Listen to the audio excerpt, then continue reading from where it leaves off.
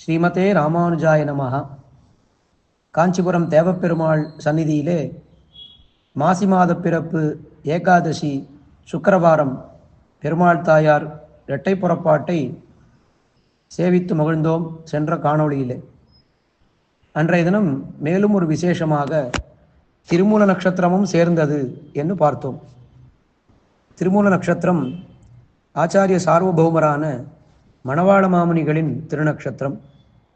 ஒவ்வொரு திருமூலத்தன்றும் காஞ்சிபுரம் தேவப்பெருமாள் சந்நிதியிலே எழுந்தருளி உள்ள மணவாள மாமுனிகள் சந்நிதியிலே திருப்பாவை, உபதேசரத்ன மாலை ஆகிய பிரபந்தங்கள் காலையிலே செவிக்கப்படும்.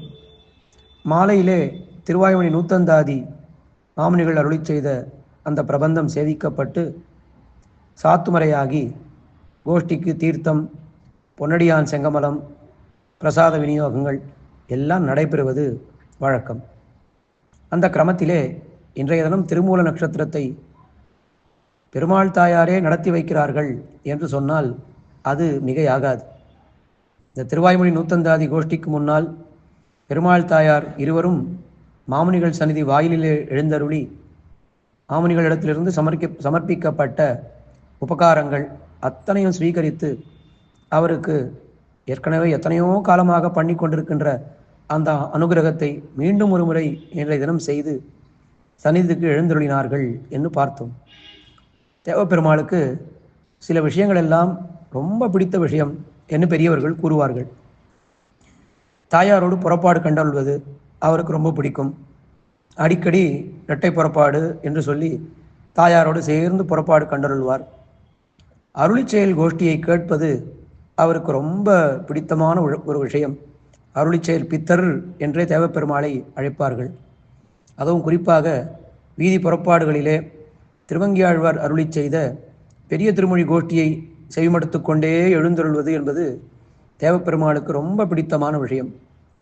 அதே போல மாமுனிகள் காஞ்சிபுரத்தில் எழுந்தருளியுள்ள மாமுனிகளுக்கு வைபவங்கள் எல்லாம் விசேஷமாக நடைபெற வேண்டும் என்று பெருமாள் நிறைய விஷயங்களை ஏற்படுத்தி கொடுத்திருக்கிறார்.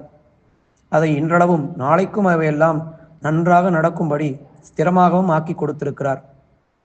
ஆக அந்த ஏகாதசி அன்னைய தினம் பார்த்தோமானால் பெருமாளுக்கு பிடித்த விஷயங்களான தாயாரோடு சேர்ந்து புறப்பாடு, அருளிச்செயல் கோஷ்டியிலே திருமொழி சேவை, மணவாள மாமுனிகள் திருமூல நட்சத்திரம் இன்னும் எல்லாம் சேர்ந்து வந்தது. அந்த மணவாள மாமுனிகள் சந்நிதியிலே அத்தியாபகர்கள் திருவாய்மொழி நூத்தந்தாதி அந்த கோஷ்டியை சேவிக்கக்கூடிய அழகை இந்த கோஷ்டியிலே, இந்த காணொலியிலே நாம் கண்டு மகிழ்வோம். பிற்பாடு உபதேசரத்தின மாலை, திருவாய்மொழி நூத்தந்தாதி ஆகிய திவ்ய பிரபந்தங்கள் சாத்துமறையாகி கோஷ்டிக்கு தீர்த்தம், பொன்னடியான் செங்கமலம், பிரசாத விநியோகங்கள் அத்தனையும் நடைபெறுவதை இந்த காணொலியிலே நாம் கண்டு மகிழ்வோம். ஆழ்வார் எம்பெருமானார் ஜீயர் திருவடிகளே சரணம்.